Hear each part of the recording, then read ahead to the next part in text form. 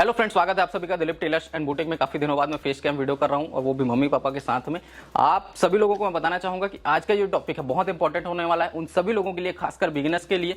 Topic रहेगा कि पुराने ब्लाउज के नाप में और बॉडी मेजरमेंट में क्या क्या डिफरेंस होता है। अक्सर मुझसे ये सवाल लगातार लोग पूछते आ रहे हैं। और फ्रेंड्स, आगे बढ़ने से पहले एक चीज आप लोग को बताना चाहूंगा, जैसा कि आप सभी लोग जान रहे हैं कि अभी मैं कंटेंट से थोड़ा दूर हूं। अभी आप लोग ना सिर्फ और सिर्फ मेरी वॉइस को सुन रहे हैं, मैं वीडियो में कहीं पर भी इंक्लूड नहीं हूं और आगे भी इन फ्यूचर इसी तरह से होगा। जितनी भी वीडियोस बना रहे हैं पूरा पापा ही बना रहे हैं, आप देखते हैं उसमें सिर्फ और सिर्फ मेरी वॉइस रहती है। शूटिंग करने वाला कोई अलग है, एडिटिंग करने वाला कोई अलग है, बैकएंड में पूरी टीम काम करती है। और आप जो देख रहे हैं आजकल सिर्फ मेरी वॉइस ही वीडियो में आती है। बहुत दिनों बाद मैं फेस कैम कर रहा हूं और थोड़ा सा स्वास्थ्य रिलेटेड मेरे को प्रॉब्लम्स है, जिससे मैं थोड़ा सा अभी जूझ रहा हूं। आप लोग दुआ करें जल्दी ठीक हो जाऊं और उसके बाद पापा और मैं मिलकर के कंटिन्यूसली वीडियो बनाएंगे, तो उसमें आप लोग को ज्यादा नॉलेज और ज्यादा कुछ सीखने को मिलेगा। एक और रिक्वेस्ट है, इस वीडियो को फटाफट से लाइक करना, क्योंकि इस वीडियो में मम्मी आई है ना। बाकी तो पापा और मैं आते रहते हैं, आप लोग जानते हैं। तो फटाफट लाइक करना और शेयर करना, क्योंकि ये बिगिनर्स के लिए बहुत शानदार वीडियो होने वाली है। तो अभी मैं आप लोग को आज के इस टॉपिक में बताऊंगा कि पुराने ब्लाउज का नाप और बॉडी मेजरमेंट में क्या क्या डिफरेंस होता है। लेकिन भाई डिफरेंस को हम समझेंगे कब? जब हम ये जानेंगे कि पुराने ब्लाउज के नाप में क्या क्या होता है, कैसे नापते हैं, और बॉडी मेजरमेंट में क्या क्या होता है, उसको कैसे नापते हैं। तो यहां पर हम लोग सबसे पहले शुरुआत करेंगे कि पुराने ब्लाउज का नाप कैसे लिया जाए, किन किन मेजरमेंट्स को नापना है, उसके बारे में मैं आप लोग को अभी थोड़ी देर में बताता हूं। लेकिन टॉपिक ये है कि पुराने ब्लाउज का जो नाप है वो कैसे लेंगे। तो पापा भी टेबल पे पूरा एक ब्लाउज नाप करके आप लोग को दिखाएंगे। जैसे कि हमारे पास ये एक रेड कलर का ब्लाउज है, ये कटोरी वाला ब्लाउज है, ठीक है। अगर कटोरी वाला नहीं भी बनाना है आपको, तो मैं पूरा मेजरमेंट आपको बताऊंगा, वो बिल्कुल सेम रहेगा, खाली कटोरी का मेजरमेंट आपको छोड़ देना है। देखो, शुरुआत जब भी आप करते हैं ब्लाउज की, तो आप इसकी लंबाई नापिए। लंबाई हम अक्सर पीछे से नापते हैं। आप बिगिनिंग स्टेज पे चले जाएं, आप दुकान खोल लें, कुछ भी कर लें, ब्लाउज की जो लंबाई है वो आपको कहां से नापनी चाहिए? पीछे से नापनी चाहिए। अगर आप इसको फ्रंट से इस तरह से नापेंगे तो कुछ कुछ प्रॉब्लम्स आपको क्रिएट होंगी। उसके बारे में मैं एक सेपरेट वीडियो बना करके दूंगा। और ये चीज फ्रंट से कब लंबाई नापी जाती है इसके बारे में भी बताऊंगा। वो बहुत ज्यादा जब आप हाई लेवल पे पहुंच जाते हैं कटिंग और सिलाई के बारे में, तब फ्रंट से भी लंबाई नापा जाता है, लेकिन वो हमारा उद्देश्य आज का नहीं है। आप लंबाई ले लेंगे, जैसे आपने पीछे पल्ले में लंबाई को नापा, तो आपको ये देखना है कि लंबाई आ कितनी रही है। तो यहां पर जैसे आपकी लंबाई आ गई, सपोज दैट 13.5 इंच, ठीक। जो जो मेजरमेंट्स आ रहे हैं ध्यान देना, 13.5 इंच की आपकी लंबाई आ गई। उसके बाद आप डायरेक्ट नापेंगे चेस्ट को। तो चेस्ट आप जब भी नापेंगे वो पीछे तरफ से नापेंगे, सॉरी सामने तरफ से नापेंगे। चेस्ट को पीछे से कैसे नापेंगे? हाँ, ये चीज भी है कि जो चेस्ट का साइज है उसको भी पीछे से नापा जाता है। इसके बारे में मैंने एक वीडियो में ऑलरेडी बताया है, और एक वीडियो सोच रहा हूं कि सेपरेट उस तरह की लाई भी जाए, है ना। तो चेस्ट नापने के दो तरीके बता रहा हूं पुराने ब्लाउज से। एक तो आप इसको हाफ मेजर करें। हाफ मेजर करने पे आ रहा है 9 इंच। अगर हुक पट्टी की तरफ से नाप रहे हैं तो हुक की पट्टी को साथ में लेके नापा जाता है। आई पट्टी की तरफ से नाप रहे हैं तो आई की पट्टी को छोड़ के नापा जाता है। ये चीज ध्यान रखना। जैसे चेस्ट आपका मान लो 9 इंच आया, तो इसको 4 से गुणा करेंगे, कितना हो जाएगा? ये 36 इंच आपका चेस्ट हो जाएगा। सीधा आधा भी नाप सकते हैं, दोनों तरीके सही हैं। लेकिन इसके बारे में भी आने वाली वीडियोस में मैं बताऊंगा। आज ये समझ जाओ कि मैं एक आप लोगों को अलर्ट दे रहा हूं कि इस तरह की आपको नॉलेजेस आगे मिलने वाली है। आज सिर्फ एक डेमो समझ सकते हो, फिल्मी स्टाइल में बोले तो ट्रेलर समझ सकते हो, पिक्चर आनी बाकी है। अपर चेस्ट के बारे में बात करें तो अपर चेस्ट कहां से नापा जाता है? जो आपकी ये ब्लाउज की ये आस्तीन की सिलाई आती है, जहां पर एंड होती है, यहां से आपको नापना होता है चेस्ट को। इस तरह से ये होता है अपर चेस्ट, जो कि हम कटोरी ब्लाउज में सिर्फ अपर चेस्ट को नापते हैं। फुल बस्ट को कहां से नापा जाता है? फुल बस्ट को आप यहां से नापेंगे जहां पर आपका डॉट पॉइंट टकराता है, ठीक है। तो अक्सर इस चीज का ध्यान रखना कि जैसे मान लो कि आपका जो डॉट का पॉइंट है, ठीक है, डॉट का जो आपका पॉइंट आ रहा है, वहां पर आपने चेस्ट को नापा। इसको हम क्या बोलते हैं? फुल बस्ट भी बोलते हैं, फुल चेस्ट भी बोलते हैं। अगर इसका डिफरेंस 2 इंच या इससे ज्यादा आ रहा है तब हमको नापने की जरूरत पड़ती है। नहीं तो फिर अगर 1 इंच, आधा इंच, 1.5 इंच, पौन इंच, अगर इस तरह के डिफरेंस आ रहे हैं तो आपको उसके लिए कुछ भी करने की आवश्यकता नहीं है। तो बिल्कुल टेंशन लेने की जरूरत नहीं है। नेक्स्ट जो मेजरमेंट आता है वो आता है कमर का, ठीक है।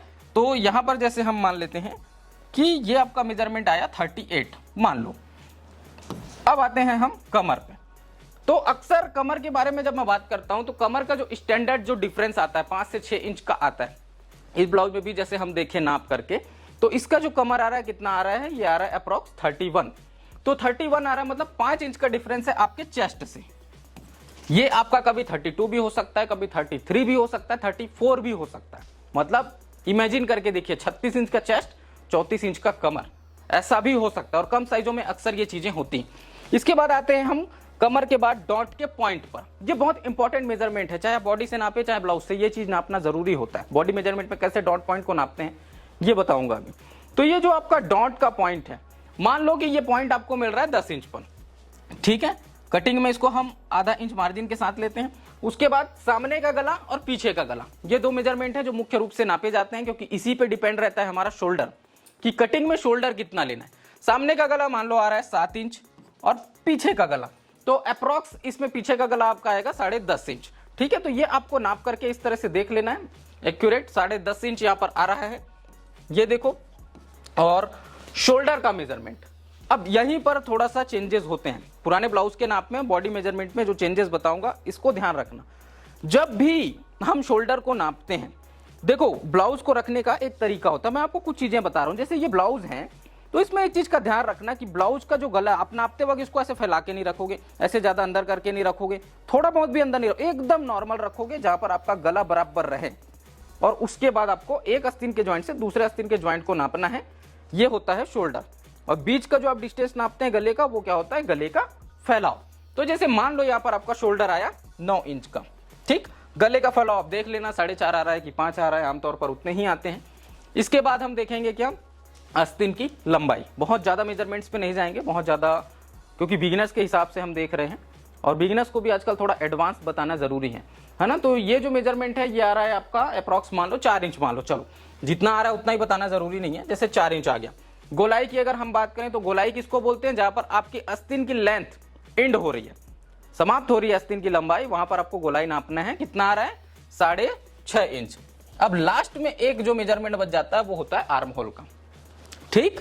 तो ये जो आर्म होल का मेजरमेंट है, ये जो मेजरमेंट है ये इस तरह से 8.5 इंच आ रहा है। तो टोटल आर्म होल आपका कितना होगा, आप मान के चल सकते हो 17 इंच, क्योंकि इसको जस्ट डबल लिया जाता है। तो ये आपकी आर्म होल की गोलाई हो गई।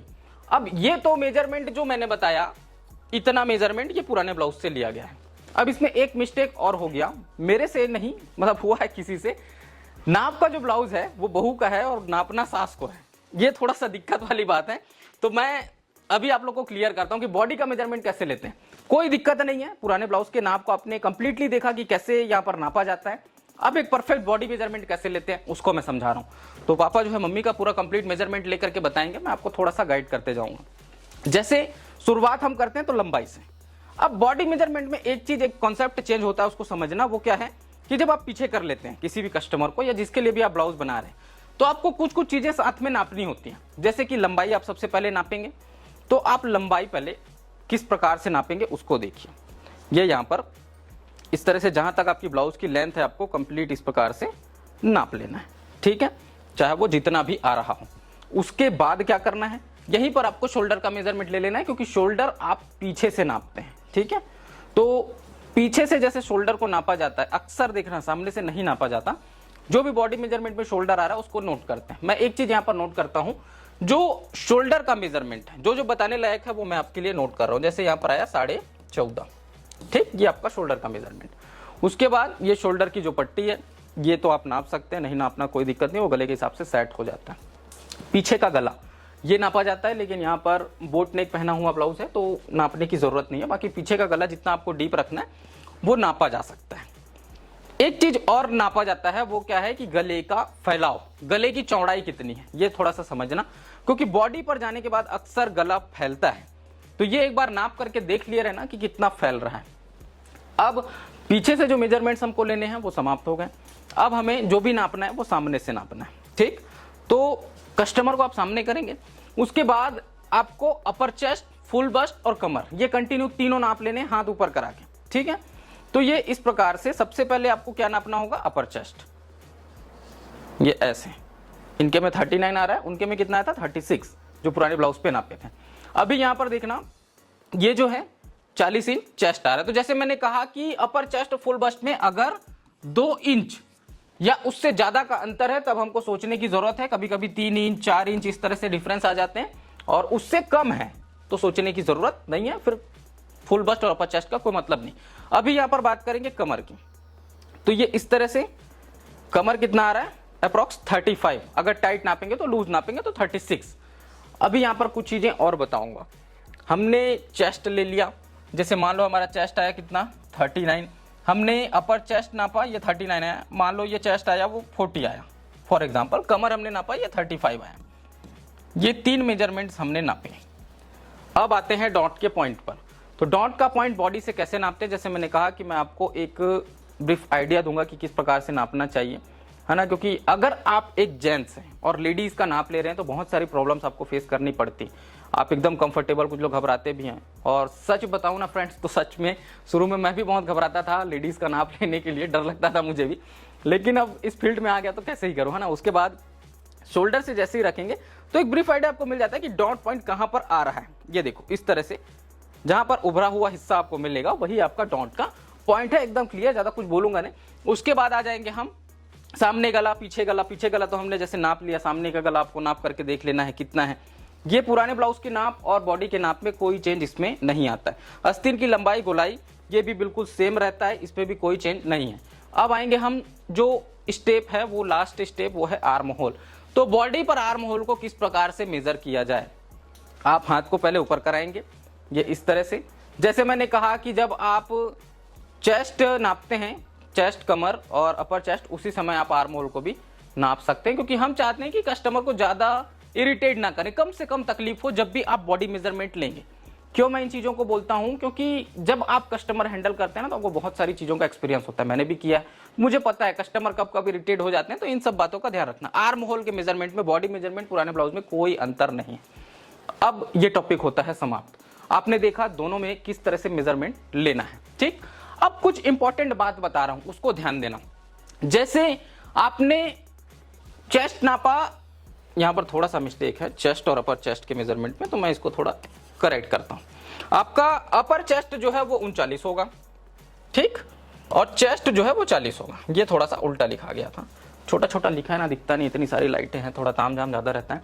अभी यहां पर मैं आपको बताना चाहूंगा, जैसे आप चेस्ट का मेजरमेंट लिए तो यहां पर 2 इंच की लूजिंग ऐड की जाती है। ये स्टैंडर्ड लूजिंग क्यों, देखो एक सामान्य कस्टमर के तौर पे देखेंगे, जब भी कोई टेलर, चाहे मैं हूं, चाहे आप हो, चाहे कोई भी हो, जब किसी भी कस्टमर का नाप लिया जाता है, कस्टमर एकदम से स्ट्रेट खड़ा हुआ है और आपको उस पोजीशन पे नापना है जहां पर वो एक स्टैच्यू की तरह खड़ा है। ये देखो, ये हमारे पास ये है डमी, ये बिल्कुल खड़ा हुआ है। अगर आप इसका नाप लेंगे, इसको कोई मूवमेंट करने की आवश्यकता नहीं होती बिल्कुल भी। यहां पर आप कस्टमर को जब मेजर करते हैं तो वो भी एक डमी की तरह खड़ा होता है ना।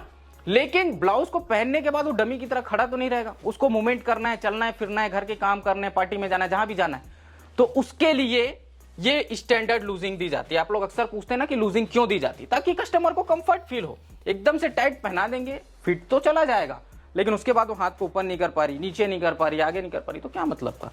तो ये सेम चीज आपका अपर चेस्ट में भी अप्लाई होगा। अब कमर की बात करते हैं। जैसे आपने मेजरमेंट में देखा, कमर में एक बार फिर से थोड़ा सा गाइड कर देता हूं, हाथ ऊपर करेंगे। कमर जो है आप नाप रहे थे यहां पर, तो एक मेजरमेंट आया था 36 का, ठीक। अगर आपने इस तरह से नापा है, 36 नापा है, तो कुछ करने की आवश्यकता नहीं, 36 पे बनाएंगे। अगर आपने इसको 35 नापा है, देखिए नापने का तरीका समझना, 35 इनका एकदम परफेक्ट नाप। थोड़ा सा और टाइट करेंगे ना, कस्टमर को प्रॉब्लम होने लगेगी, पेट दबेगा, तो 34 पे तो बना ही नहीं सकते। 35 टाइट फिटिंग है और 36 एकदम नॉर्मल फिटिंग है, तो नापेंगे कैसे, 36 इज एक्यूरेट। अब मान लो कि आपने 35 नापा, कुछ लोगों की आदत होती है टाइट नापने की, जैसा मेरा भी है, तो आप कमर पे कुछ नहीं तो 1 इंच की लूजिंग दे दीजिए, अगर टाइट नाप रहे हैं तो। और नॉर्मल नाप रहे हैं तो कमर पे लूज देने की जरूरत नहीं है, फिर आपको चेस्ट और अपर चेस्ट पे देना है। अब बात शोल्डर की, अक्सर आप देखते होंगे कि जब भी हम कटिंग्स बताते हैं उसमें शोल्डर कितना लिखा होता है, 9.5, 10, 10.5। तो इतना किसी का बॉडी पे शोल्डर होता है क्या, नहीं होता। तो ये चीज देख करके आप हमेशा समझ जाना कि ये पुराने ब्लाउज से लिया गया नाप है। और अगर इस तरह के शोल्डर मिल रहे हैं 14.5, 15, 13.5, तो ये बॉडी से लिया गया नाप है। तो उसके बाद मैं आप लोगों को जो ब्रीफ इसका जो आइडिया देना चाहता था वो यही था कि मेजरमेंट किस प्रकार से लिया जाता है। और इसके बाद अब जो वीडियोस आएंगी वो कुछ इस प्रकार से आएंगी जिसको देख करके आप लोग खुश हो जाएंगे, क्योंकि आने वाले टाइम्स में, क्योंकि बिगिनर्स के लिए बहुत सारी वीडियो हो गई, तो अब थोड़ा सा अपर लेवल पे जाएंगे। लेकिन उसके लिए जरूरी है कि मेरा थोड़ा सा स्वास्थ्य ठीक हो। मैं अभी भी समझ सकता हूँ कि थोड़ा सा प्रॉब्लम में हूँ, बहुत ज़्यादा तकलीफ़ें होती हैं। जैसा मैंने कहा कि पूरी वीडियोज़ अभी पापा ही बना रहे हैं, मैं केवल उस पर वॉइस देने का काम कर रहा हूँ। और आप लोग दुआ करें जल्द ठीक हो जाऊँ, ताकि दोनों मिल करके बनाएं तो और ज़्यादा नॉलेज आपको मिले और ज़्यादा एक्सपीरियंस आपको गेन हो। क्योंकि जाहिर सी बात है, पापा को इतने समय का एक्सपीरियंस है, उसके हाथों की फिनिशिंग आप देखना, किस तरह से सिलाई करते हैं, किस तरह से कटिंग करते हैं, अच्छे अच्छे लोगों की हालत ख़राब हो जाती है। ज़्यादा कुछ बोलूँगा नहीं।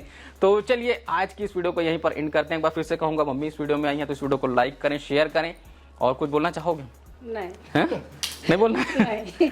ये लोग बोलने से थोड़ा घबराते हैं, और कोई नहीं, प्रैक्टिस हो जाएगा तो फिर बोलेंगे। और आप लोग अगर बोलेंगे तो मैं वीडियो से साइड हो जाऊंगा, मम्मी और पापा मिल के बनाएंगे वीडियोस को। नहीं। तो बस आज की इस वीडियो को यहीं तक रखते हैं, मैं मिलता हूँ नेक्स्ट वीडियो में। तब तक के लिए जय हिंद, वंदे मातरम।